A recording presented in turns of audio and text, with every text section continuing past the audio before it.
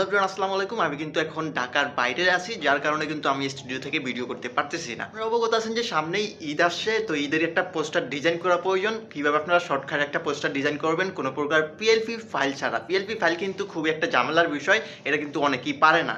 তো আপনারা খুব সহজেই জাস্ট আপনার হাতের ফোনটা দিয়ে খুব সুন্দর একটা ঈদের পোস্টার ডিজাইন করে নিতে পারবেন। জাস্ট 2 মিনিট সময় লাগবে। ভিডিওতে অবশ্যই শুরুতেই একটি লাইক দিয়ে নেন, আর কে কোথা থেকে দেখছেন কমেন্ট বক্সে কমেন্ট করে জানাবেন। ডিসক্রিপশন বক্সে আপনারা এইরকম একটা লিঙ্ক পেয়ে যাবেন। জাস্ট এই লিঙ্কটার উপরে ক্লিক করে দিবেন। ক্লিক করার সাথে সাথে আপনাদেরকে গুগলে নিয়ে আসবে।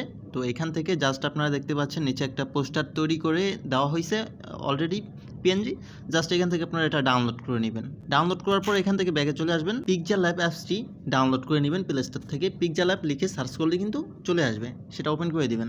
এটা ওপেন করার পর আপনারা এখান থেকে প্লাস আইকনে ক্লিক করবেন। এখান থেকে ফর্ম গ্যালারিতে ক্লিক করবেন।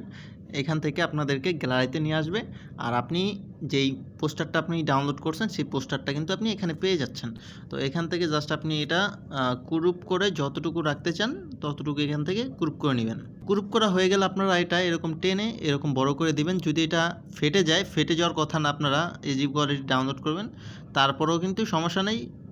পিকজারল্যাব কিন্তু এটা কিন্তু আপডেট করে দিবে, আবার এইচডিতে কনভার্ট করে দিবে। তো এখান থেকে আপনারা জাস্ট এখানে বসিয়ে দিবেন। বসিয়ে দেওয়ার পরে আপনারা কিন্তু এখানে 2 ধরনের ফটো অ্যাড করতে পারবেন। আপনি যদি ফটো অ্যাড করতে চান এইরকম ছোট ফ্রেমে, তাহলে এখানে অ্যাড করতে পারেন। আর যদি আপনি বড় ফ্রেমে, অর্থাৎ এই পাশে যদি আপনি অ্যাড করতে চান, তাহলে কিন্তু আপনি আপনার ফটোর যে ব্যাকগ্রাউন্ড আছে সেটা রিমুভ করতে হবে। সেটা দেখাইতেছি, একটু অপেক্ষা করেন, আগে ছোটোটা বসানো দেখায় নেই।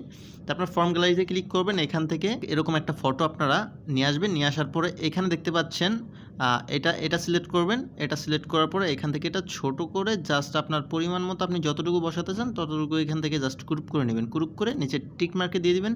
এখান থেকে আপনারা এটা একটু ছোট করে নেবেন, এরকম করে ফিল আপ করে দিবেন।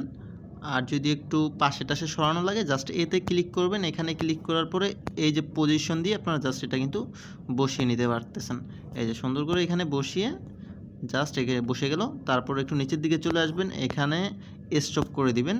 এখানে স্ট্রোক করে এটা কিন্তু কালো করে দিতে পারেন কিংবা লাল করে দিতে পারেন, ঠিক আছে? অনেক সুন্দর করে বসে গেল। তারপর আবার প্লাস আইকনে ক্লিক করবেন। এখানে টেক্সট অপশন একটা ক্লিক করবেন। এখানে আপনার নামটা বসাই দিবেন। আপনি যেটা ইচ্ছা সেটাই বসাই দিতে পারবেন। এখানে আমি আমার নামটা বসাই দিলাম। ওকে বাটন একটা ট্যাপ করব। দেখতে পাচ্ছেন আমাদের নামটা চলে আসছে। তো এখান থেকে আপনারা বড় ছোট করতে পারবেন। তো এখানে নিচে দেখতে পাচ্ছেন এ বাটন আছে, এ বাটনে একটা ক্লিক করবেন। এখান থেকে একটু রাইট সাইডে যাবেন। তো এখানে দেখতে পাচ্ছেন ফন্ট অপশন একটা ক্লিক করবেন। এখান থেকে কিন্তু আপনারা বিভিন্ন স্টাইলের ফন্ট কিন্তু পেয়ে যাচ্ছেন। এখানে অটোমেটিকলি কিন্তু থাকবে পিকজারল্যাব অ্যাপসে। তো এখান থেকে আমি একটা ফটো সিলেক্ট করলাম, এখানে বসালাম। এখন আমি একটু লেফটে যাব, এখানে কালার অপশনে গিয়ে কালারটা আমি এখান থেকে সিলেক্ট করে দেবো। তো আমি একটা কালারটা সিলেক্ট করলাম। তো এখানে দেখতে পাচ্ছেন সুন্দর একটা পোস্টার ডিজাইন হয়ে গেল।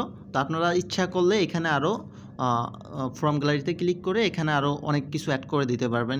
এরকম স্টিকার, এরকম আরও বিভিন্ন কিছু অ্যাড করে দিতে পারবেন। আমি শর্টকাটে দেখালাম, যারা আর কি কম বোঝেন নেট সম্পর্কে, এটা দিয়ে করতে পারবেন। এটা বসানোর পরে আপনারা এই নামটার উপর একটা ক্লিক করবেন। তারপরে এখানে দেখতে পাচ্ছেন নিচের দিকে স্টিকার আইকন, জাস্ট এখানে একটা ক্লিক করবেন। এখান থেকে কিন্তু আপনারা বিভিন্ন স্টিকার পেয়ে যাচ্ছেন, অনেক সুন্দর সুন্দর স্টিকার। জাস্ট আপনারা এখান থেকে এগুলা এনে জাস্ট সুন্দর করে এখানে বসিয়ে দিতে পারবেন। এখানে বা যেখানে আপনার ইচ্ছা আপনি সেখানে এরকম করে জাস্ট বসিয়ে দিতে পারবেন, অনেক সুন্দর দেখাবে।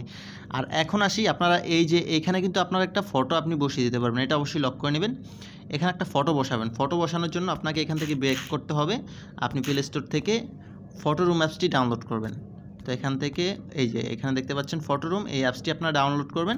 ডাউনলোড করার পরে এটা দিয়ে আপনার ব্যাকগ্রাউন্ডটা রিমুভ করতে হবে। অ্যাপসটি ওপেন করার পরে স্টার্ট ফ্রম ফটো এই প্লাস আইকনে ক্লিক করে জাস্ট আপনার গ্যালারি থেকে একটি ফটো সিলেক্ট করবেন যেটা আপনি ব্যাকগ্রাউন্ড রিমুভ করতে চান। দেখতে পাচ্ছেন বন্ধুরা ক্লিয়ারলিভাবে ব্যাকগ্রাউন্ডটা রিমুভ হয়ে গেল। তারপরে নিচের দিকে এই অপশনটিতে ক্লিক করবেন। নিচের দিকে দেখতে পাচ্ছেন এক্সপোর্ট আইকন, জাস্ট এখানে ক্লিক করে এটা সেভ করে নেবেন। সেভ করার পরে আপনারা আবারও সেই পিকজারল্যাব অ্যাপসটিতে ওপেন করবেন। প্লাস আইকনে ক্লিক করে ফর্ম গ্যালারিতে যাবেন।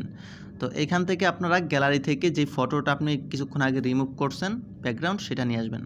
ছোট বড় করে গ্রুপ করে আপনারা জাস্ট এখানে এরকম করে বসিয়ে দিবেন। দেখতে পাচ্ছেন আরও সুন্দর করে কিন্তু আপনারা এডিট করতে পারবেন নিজের মতো করে, অনেক সুন্দর দেখাবে। তারপরে উপরে দেখুন সেভ আইকন, এখানে ক্লিক করে সেভ অ্যাজে ক্লিক করবেন।